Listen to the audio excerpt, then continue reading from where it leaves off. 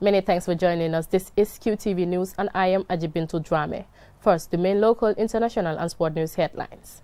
In a week dominated by the sharpest rise in coronavirus cases in the country, 3 prominent individuals have given updates on their status. President Adama Barrow, who went into self-isolation after the Vice President and 3 cabinet ministers tested positive, has issued a statement saying that he has received his test results and is negative. Talib Ahmed Bensouda, the mayor of Kanifing, has issued a statement that he has tested positive. And lastly, Dr. Ahmadulamin Samate, the Minister of Health, has issued a statement that his test returned an inclusive result after 3 close associates tested positive. The Health Minister has checked into quarantine facility. As coronavirus cases rise, the TRRC announces an immediate suspension of sittings until further notice. We find out what the Gambia's Director of Health Promotion and Education has to say about the alarming rise in COVID-19 cases. Yet another fire at Brikama Market. We try to find out what caused this one. We take a look at what impact is COVID-19 having on our ability to respond to other disasters such as floods. Our news editor described zebra crossing in the Gambia as a waste of good paint. We went out to do a vox pop to put his theory to test. In international news, all over the world, governments are grappling with their citizens' demand for freedom of assembly against restrictions for public safety. We look at what has been happening in Germany. The UN Secretary General adds his voice to those raising concerns about the long-term effects of school closures. And how close are we to finding a COVID-19 vaccine? In sports news, we hear about Gambian footballers on the move as one season ends and another is about to begin.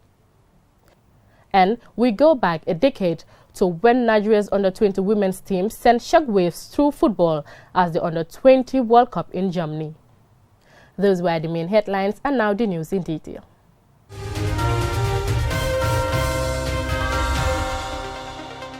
In local news, in the light of the growing seriousness of the COVID-19 situation in the Gambia, the Truth, Reconciliations and Reparation Commission has decided to suspend its public hearings with immediate effect until further notice. Babakar C reports. The decision to suspend hearings was reached after the Commission met with the Ministry of Justice.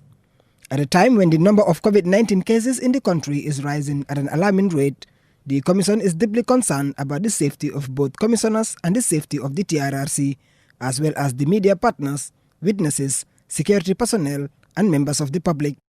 While the Commission is very keen on completing its work and submitting its final report and recommendations in good time, we are conscious of the fact that continuing our public hearings may put some of the lives of everybody concerned at risk of a COVID-19 infection.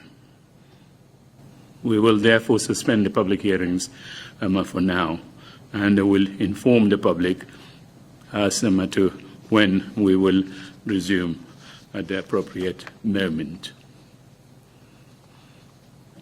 During the period of this suspension of public hearings, the various committees of the Commission will continue working on their various agendas. The Commission will also continue working on putting together some aspects of the final report. The chairman assured the public that the TRRC remains fully committed to delivering on all aspects of its mandate as soon as is humanly possible.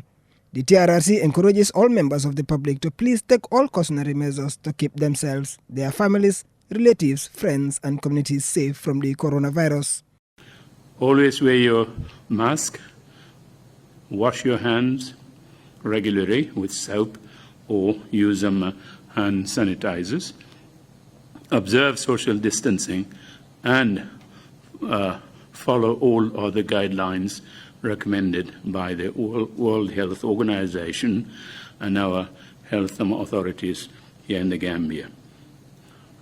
May God bless and protect the Gambia and all Gambians and their families and loved ones everywhere. We hope to see you all again, hopefully in the very near future. Babukar C, Qtv News. Gambia's confirmed cases COVID-19 have skyrocketed in the last few weeks, raising public concern and caused experts to warn that the country's health system is becoming overwhelmed. As a result, more people, including dozens of healthcare workers, are getting infected with the virus, while the COVID-19 death toll is rising at an alarming rate. To respond to these concerns, the Director of Health Promotion and Education has been speaking to our reporter, Modola Minchoy, who now reports. Over the last 10 days, we have recorded a 100% increase in COVID-19 confirmed cases, and more people are dying of the disease. Contact tracing, sample collection and testing are vital in breaking the chain of transmission. The infrastructure and expertise to perform such COVID-19 response are mainly concentrated on the Greater Banjul area, while all health regions have now recorded COVID-19 cases. And now testing is going to be in strategic locations, and then where they're going to be done, some of those locations are to be finalized yet, and then we will communicate to the public. But for now, we are doing testing at Deban Clinic, which is going to continue as of tomorrow. And then we'll also take at least a number that we will need because we don't also want a backlog of cases, of samples to be collected, and then we have a backlog of them at the Central National Public Health Laboratory. It is taking 3 to 4 days before test results of COVID-19 samples are released. Qtv was told by staff of the National Health Laboratories that their resources were strained after many of them tested positive for the virus. People who have been confirmed positive have reportedly waited for 3 to 4 days before being transported to treatment centers. If we talk about the rapid response team, yes, it may be slow to certain people, but I'm sure you are aware of the fact that most of our people at the rapid response team or the contact tracing and then the laboratory been tested positive. And then that has also given us a bit of a setback in terms of re-strategizing. Because I know the key people as you know, who are on the front line, most of them are already been tested positive. So, but that didn't also stop the operation. Having tested positive and then being taken to supposed treatment centers at local hotels, most COVID-19 patients who prefer anonymity have complained of not being given medical treatment or adequate basic care and attention during their quarantine period. Also, bad sanitation and food have been among the issues raised by patients. For that question, I'm sorry, I cannot comment on that because I have no idea about that. Because what you are saying, perhaps it has to do with the treatment center, and then I will always contact the appropriate authority at the treatment center, and then the information I get, anytime I get it, I'll get back to you and give you the detail. But for now, I cannot give you the details that are so in regards to the question you are raising. At the Banjul mortuary in recent days, reports had gone viral over its full capacity, with stories abounding about dead bodies waiting for medical examination to determine the cause of death and conduct safe and dignified burial for those who died of the virus.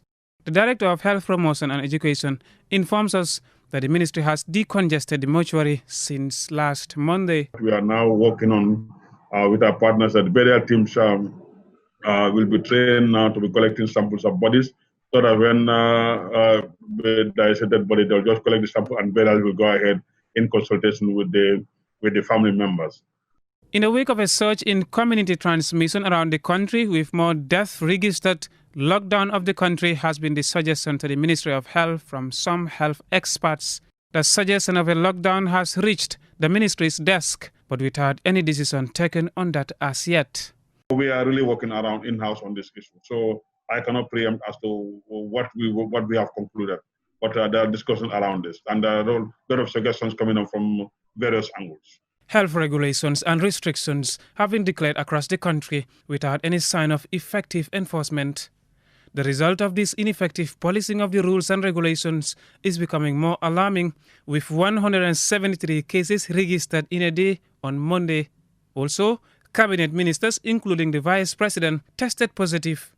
Within the last 24 hours, there were a combined total of 671 COVID-19 cases, with 79 recoveries, 14 deaths, and 572 active COVID-19 cases. Mahmoud Lamin Choi, Qtv News. A massive fire outbreak, which according to eyewitnesses is suspected to have been caused by an electric spark, has consumed over 40 stalls at the Birkama market. The fire started around 5 a.m. and left stall owners with only the ashes of their stalls and commodities. Babukasi reports. Over the years, the Birkama market has unfortunately become infamous for fire outbreaks, with each occurrence leaving a vast number of stalls destroyed and stallholders, many of whom are not insured, left counting the cost. This time, shops dealing in cooking utensils, second-hand clothing, plastics, food, tailoring and petty warehouses are the latest victims from the weekend outbreak. Victims of this current incident are devastated and heartbroken as they claim to have reported the problems with the electric pole which caused the outbreak on several occasions. Sometimes kudo bije alle ka lanju, but sometimes kudo bije anama dingo lan fenko ko kom tekia balia dal wala ka cause because e polo je kami hainante gayle mi foy wole bije ndefo tata na nga report ke jele nga ko jan dimbaka bojanne. There are things destined to happen, but there are other things that happen because of negligence. The electric pole you are seeing down there, I myself have been to Nawek to give a report that the pole do spark fire from time to time, but nothing was done to address it. Sometimes we are here till late in the evening and we'll see fire sparks coming out from the pole, but they never took our complaints seriously. People don't take their work seriously, and look at what they have cost us today. Millions of dollars worth of items have perished just like that.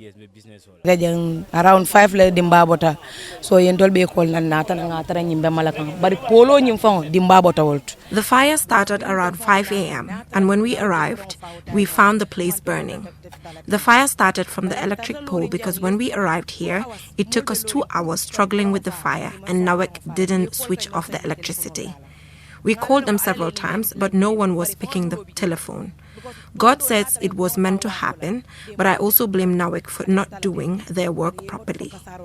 According to eyewitnesses, the fire outbreak started around 5 a.m. on Sunday.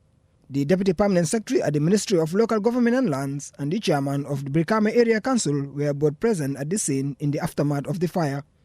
Whilst the officials can't yet establish the cause of the fire, the President and the Secretary General of Birkama Market Committee both blame Nawek for the fire. This situation required a consultative approach. And then the government together, the ministry specifically, are going to join the council to look into the problem. So what is the cause of this particular problem? That's why I said the people staying here in the market and also those market committee members should come out and give the account of what actually happened.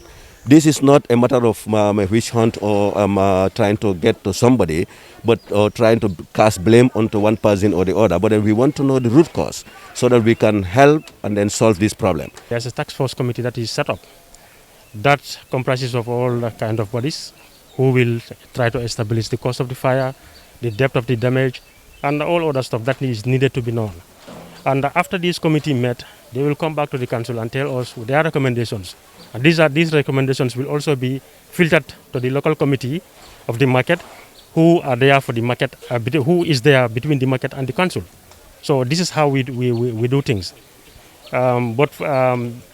Mostly we are very much, aware of what has happened, and it is a very, very unfortunate situation. We all feel the same thing. If not your brother, but your relative or your neighbor is, involved in it. So definitely it's an unfortunate situation that we are feeling so bad. Other victims said they lost everything and that their businesses are their only means of survival. This is not the first time the Birkama market has experienced such a fire outbreak. Many believe that most of the outbreaks were caused by electrical shocks, which they blame on Nawek for the improper connection of cables inside the market. Given the strength of the allegations, we contacted Nawek to give them a chance to respond. Nawek's public relations officer told QTV on the phone that he was never previously contacted about the issue of an electric pole in the market, neither did any of his staff forwarded any complaint coming from the Birkama market with regards to a faulty electric pole. He, however, urged the public to make good use of the toll-free number 169 and report any emergency or suspected electric malfunction across the country. Babu Karsi, QTV News. The National Disaster Management Agency Monitoring and Evaluation Officer has said that the coronavirus pandemic is affecting the agency's response to other forms of disasters, such as flooding and more. Jada Bosonko has more. The early warning bulletin from the Department of Water Resources indicates a significant increase in the millimeters of rainfall we will receive this year compared to the past 4 years. The prediction this year is that there will be a series of destructions caused by the rain, something that has already started to manifest with what happened to the Barra-Kerouan highway a few weeks ago. The National Disaster Management official Qtv says the rain so far is looking good for farmers. The farming season is actually going well because we went around during our process monitoring of the COVID-19 food relief. We also paid attention on the farming sides of the country. You see the stocks, the crops are really going very well, but some areas are actually affected by erosion, so particularly in the northern bank. And then also there is also some a dry spell in certain part of the country, that is North Bank region. And this is also identified since the early warning bulletin was out from the Department of Water Resources. In the way that other sectors are affected by coronavirus, responses to other forms of disasters will be affected by the COVID-19 as well, according to Mr. Barrow. Response have not yet been started because currently, as you see, this year we are overwhelmed with different parameters affecting our work, let's say the COVID-19 itself. And we are even scared now, our assessment team, to go and do assessment. So you realize that the number of victims population that we are receiving and the number of complaints that we are hearing because our personnel who are in the field also, we are so careful, and then they are also scared to even go and do those assessments. So can one say that COVID-19 will affect your response? Seriously, it will. We might under respond. In March of last year, the NDMA signed off a UNESCO-funded project to start using drones as a form of early warning system in the Gambia. According to Mr. Barrow, the procurement has already been done and training is already underway for effective use of the drones. Over 70% of West Africa's population live in areas by floods. Effective disaster risk reduction should be informed by robust, integrated and disseminated disaster risk knowledge. This will be effectively done with the use of drones. As more human resources are directed towards combating COVID-19, the use of technology, including drones, will come to play a greater part in our responses to floods and other disasters. Reporting for QTV News, I am Jenna Bosonko. We have them in abundance, and yet it seems the actual purpose of the zebra crossing is not widely known in the Gambia. In this report by Jenna Bosonko, she spoke to drivers and pedestrians to assess their level of understanding of zebra crossing and find out where the problem lies. A zebra crossing is a type of pedestrian crossing used in many places around the world. Its distinguishing feature is alternating dark and light stripes on the road surface, resembling the coat of a zebra. A zebra crossing typically gives priority to pedestrians when they step on it wanting to cross to the other side. Most individuals we spoke to don't know what zebra crossings are meant for or have no idea of its existence, and some do not know about it and its use but do not use it because drivers do not respect zebra crossing. Abubakar Singate is one of the pedestrians we managed to have a word with, and he is among the very few that know the use of zebra crossing. Absolutely, I've used zebra crossing before, and then it's unfortunately, this is the Gambia. Most drivers don't either know about the zebra crossing rules or do not blatantly disregard, the rules of zebra crossing. Driver member Adama said he knows the rules of zebra crossing and adheres to them. When asked why his fellow drivers often fail to adhere to the rules, he said it's often ignorance. Pedestrian Bubakar Singata says sensitization is key to make drivers understand and respect zebra crossing to make life easy for pedestrians in traffic. I think for me it will be two things. One, ensuring that we enforce the rules, that is from the police side, ensuring that each driver respects the zebra crossing points. Actually, what is the use of the zebra crossing? This also I believe most drivers don't know.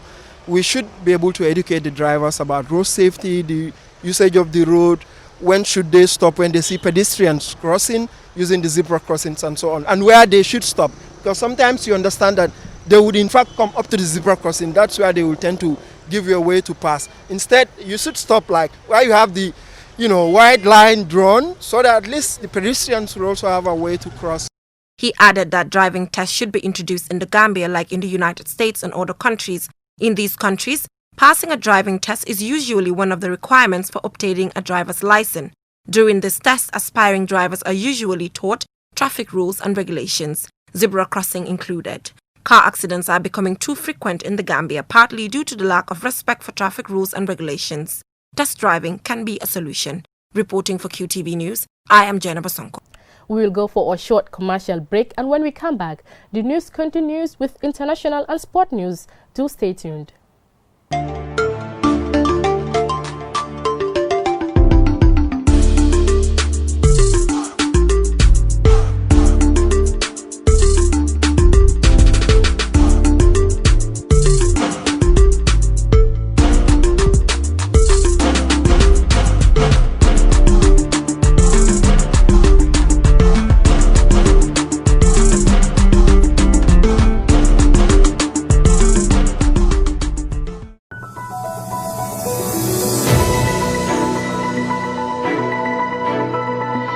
Welcome back. If you are just joining us, this is QTV News.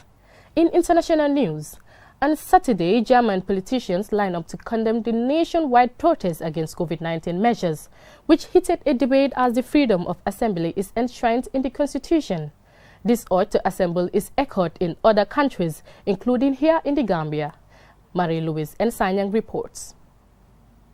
As countries affected by the pandemic continue to take preventive measures to protect its citizens from the deadly coronavirus. Some citizens are still denying the existence of the virus in their countries or are refusing to self-restrict and are therefore breaking most of the preventive measures put in place by their governments. The Gambia is no exception to the breaking of these rules. Saturday's huge demo in Berlin against Germany's coronavirus measures has raked up a new debate about the boundaries between the right to assemble and the protection of public health. Inevitably, given that the organizers of the Day of Freedom were arguing that the German government was willfully overestimating the threat of the coronavirus. Most of the 17,000 to 20,000 protesters made no attempt to wear face masks or stick to social distancing guidelines. The police eventually disbanded the main demo, as it did many of the counter-demos also staged on Saturday. All in all, Saturday's various protests were largely peaceful, even though, according to police, isolated incidents did result to injuries to some 45 officers during the day. On Monday, several German politicians spoke to different media outlets to condemn the demonstrators. Federal Justice Minister Christine Lambrecht told the Süddeutsche Zeitung newspaper that she lacked all understanding for those who thought themselves above the social distancing guideline, though she was quick to add that the right to assemble was an invaluable legal right. The mayor of Berlin, Michael Müller, told the local public broadcaster RBB that they came from Frankfurt and Stuttgart to Rampang in our city. They did a demonstration on the basis of hygiene rules that they ignored. And the worst is, they failed to recognize the facts and risks to other people's health. The senior research fellow at the Max Planck Institute for Comparative Public Law and International Laws in Heidelberg, Paulina Stacchi, explained that the authorities can only shut down demonstrations if there is a direct danger to public security, which can include a threat to constitutional rights of others or legal order. During the demonstration, it falls to the local police to make the judgment. The Gambia government recently announced the compulsory wearing of face masks, the temporary closure of non-essential public places, and a prohibition on public gatherings and clubs. But so many Gambians are not adhering to these laws. Over the recent Tabaski weekend, social media was awash with images of large crowds in many places, as well as videos of nightclubs that were packed full of people. Marie-Louise Nsanyang for QTV News. The coronavirus pandemic continues to be a global health emergency, still posing significant threats to the world. To find a sustainable solution to this disease outbreak, scientists around the world have been scaling up search for coronavirus vaccine disease. While some vaccines are under clinical trial, there has not been any scientifically proven one which protects the body against COVID-19. Momodou Lamin Choi has more. The virus is spreading fast, and the majority of the world's population is still vulnerable to it. Only a vaccine is likely to provide us with some protection by training people's immune systems to fight the virus and prevent people getting sick from COVID-19. Many health experts believe access to a proven vaccine is what will allow the safe lifting of lockdowns and social distancing measures around the world. Billions of funding and resources have been invested into the search for a COVID-19 vaccine, and research is happening at breakneck speed. About 140 vaccines are in early development, and around 24 are now being tested on people in clinical trials around the globe. When will we have a coronavirus vaccine? This is a common question amidst more COVID-19 infections and death in the world. It will normally take years, if not decades, to develop a vaccine, and due to the urgent need to find a solution to the global pandemic, researchers hope to achieve the same amount of work in only a few months by speeding up the process. This has its downsides. Most vaccine trials take time in order to study the short, medium and long-term effects. Speeding up the process takes away that safety net.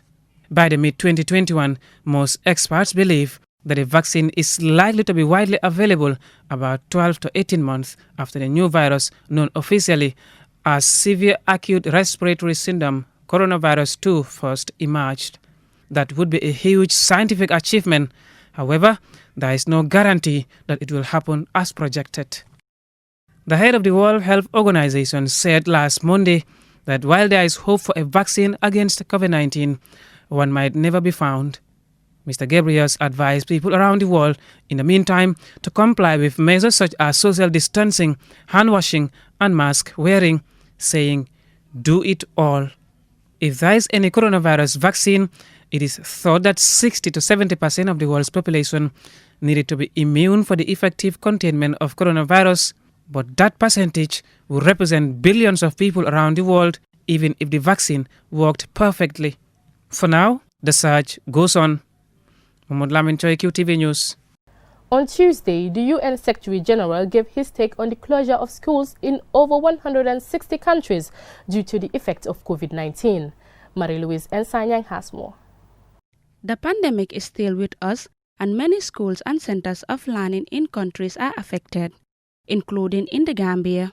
As a result of this, the UN Secretary General says the world is facing a generational catastrophe that could waste unfold human potential, undermine decades of progress, and exacerbate entrenched inequalities. Secretary General Antonio Guterres made the observation during the launch of the Save Our Future campaign.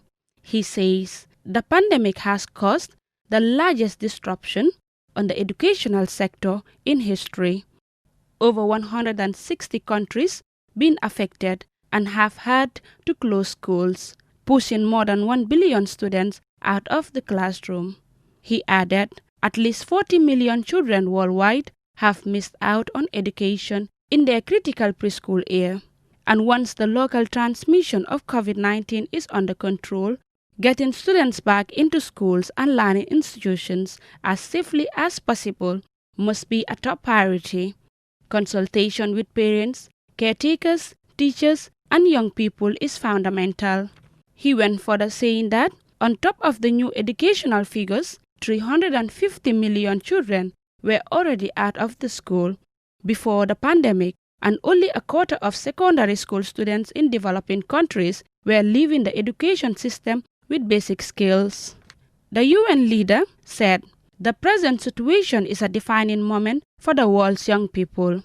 He also called for the reopening of schools once the virus is under control. He added, the decision that governments and partners take now will have long-lasting impact on hundreds of millions of young people and on the development prospect of countries for decades to come. The UN recommendation come amid a controversial push in the United States to reopen schools, while the number of the new infections in the country continues to surge. So far, nearly 694,000 have died worldwide, while over 18 million have been infected. As school reopens in the Gambia for grade 12 students who are preparing for the exams, with apparently all appropriate safety measures in place.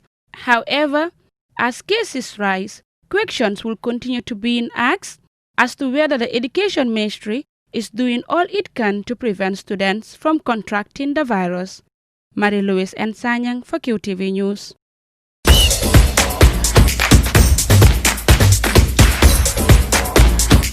And now to some sports news.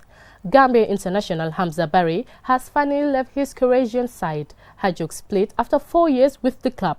Hamza was offered a contract extension by the Croatian side, which he turned down as he was looking to move elsewhere.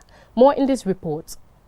Scorpions attacker Hamza Barry has finally left his Croatian side Hajduk Split after spending 4 years at the club.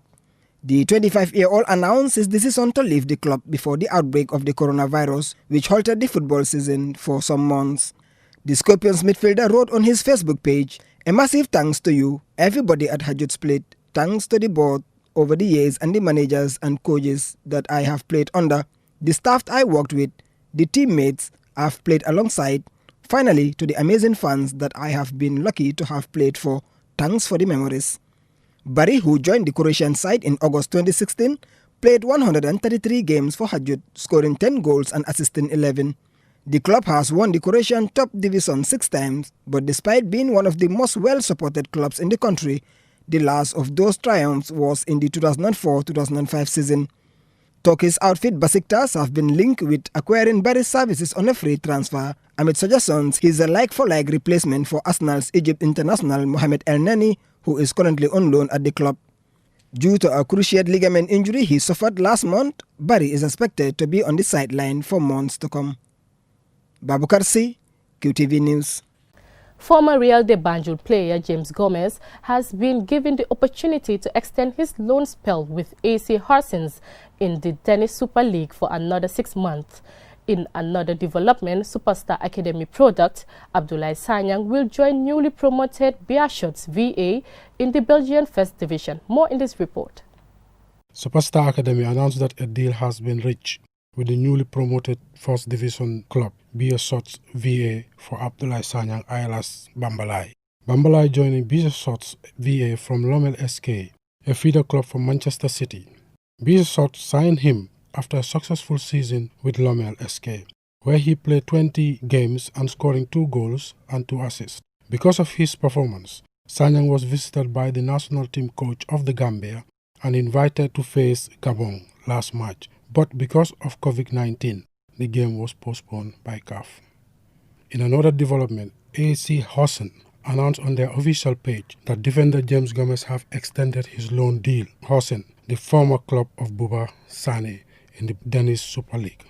The 18-year-old Real de Banjul player will stay on loan with the Danish Super League club for another 6 months.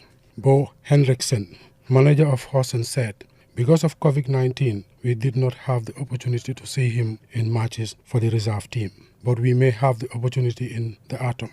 When we hopefully return to a normal conditions, we look forward to working further with him, and it will be beneficial for his development with another 6 months in our environment." He went on to say, "We look forward to working further with him, and it will only be beneficial for his development with another 6 months in our environment," says manager Bo Henriksen. James Gomez is of course pleased that he has signed an extension. Alhaji Ahmad Cham, QTV News. 10 years ago, this week, in August 2010, there was a near earthquake in women's football as Nigeria's under-20 women's team, against all expectations, made it to the final of their age group Women's World Cup. We relive those exploits in this report. Leading up to this tournament, which came a year before the Women's World Cup to be played in the same country, the Nigerian women, nicknamed the Falconets, had qualified as the strongest team from Africa. Nonetheless, not much was expected of them as they found themselves in a group with much stronger and much more fancied teams, England, Japan and Mexico.